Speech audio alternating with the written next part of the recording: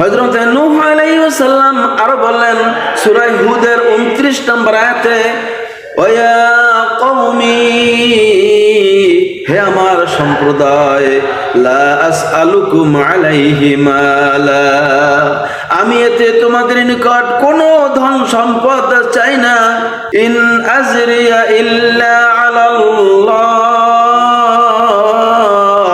আমার বিনিময় তো কেবল আল্লাহর জিম্মায়। ওমা আনা বিতারিদিল্লাযীনা আমানু, আর আমি তো এ মুমিনদেরকে বের করে দিতে পারি না। ইন্নাহুম মুলাকু রাব্বিহিম, তারা নিশ্চিতভাবে তাদের প্রতিপালকের সাক্ষাৎ লাভ করবে।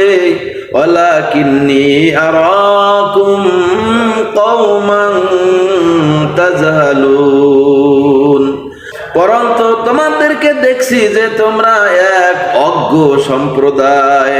হযরত নূহ আলাইহিস সালাম আরো বললেন 30 নম্বর আয়াতে, ওয়া কওমি মান ইয়ানসুরুনি মিনাল্লাহি ইন তারাকতুহুম,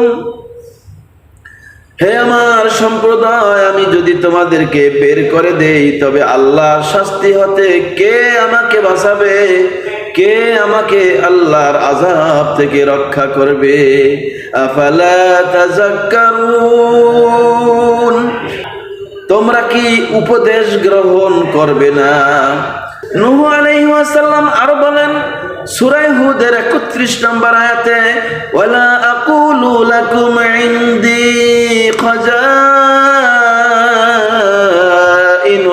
খাজাইনুল্লাহ, আর আমি তোমাদেরকে এ কথা বলি না যে আমার নিকট আল্লাহর সকল ভান্ডার রয়েছে। ওয়ালা আ'লামুল গায়ব, আর না আমি সমস্ত গায়েবের কথা জানি। ওয়ালা আকুলু ইন্নী মালাক, আর না এটাও বলি যে আমি ফেরেশতা।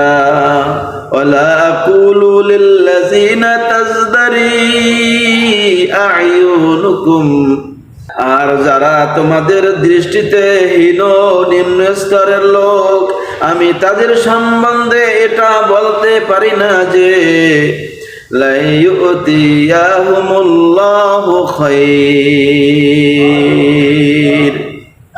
আল্লাহ তাআলা কখনো তাদেরকে সওয়াব দিবেন না। আল্লাহু আ'লামু বিমা ফি আনফুসিহিম, তাদের অন্তরে যা কিছু আছে তা আল্লাহ তাআলারই উত্তম রূপে জানেন। ইন্নী ইযাল লামিনাজ জালিমিন, তাহলে আমি অবশ্যই জালিমদের অন্তর্ভুক্ত হব।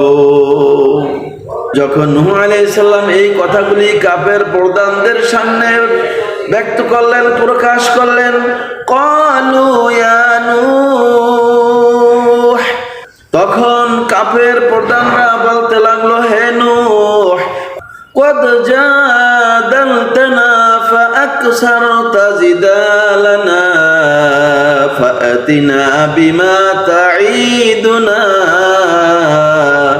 তুমি বিতর্ক অনেক বেশি করেছো, সুতরাং যে সম্বন্ধে তুমি আমাদেরকে ভয় দেখাচ্ছ তা আমাদের সামনে নিয়ে আসো। ইন কুনতা মিনাস সাদিকিন, যদি তুমি সত্যবাদী হও। ক্বালা ইন্নামা ইয়াতিকুম বিহিল্লাহ, তখন হযরতে নূহ আলাইহিস সালাম বললেন, তা তো আল্লাহ তোমাদের সম্বন্ধে আনয়ন করবেন ইনশাআল্লাহ, তার ইচ্ছা হলে। ওমা আনতুম বিমুজিজিন, এবং তোমরা তাকে অক্ষম করতে পারবে না। ওয়ালা ইয়ানফাউকুম নুসহি, আর আমার মঙ্গল কামনা অর্থাৎ নসিহত করা তোমাদের কাজে আসতে পারে না। ইন আরাদতু আন আনসাহা লাকুম, আমি তোমাদের যতই মানতে চাই না কেন? ইন কানাল্লাহু ইউরিদু আইয়ুগরিয়াকুম,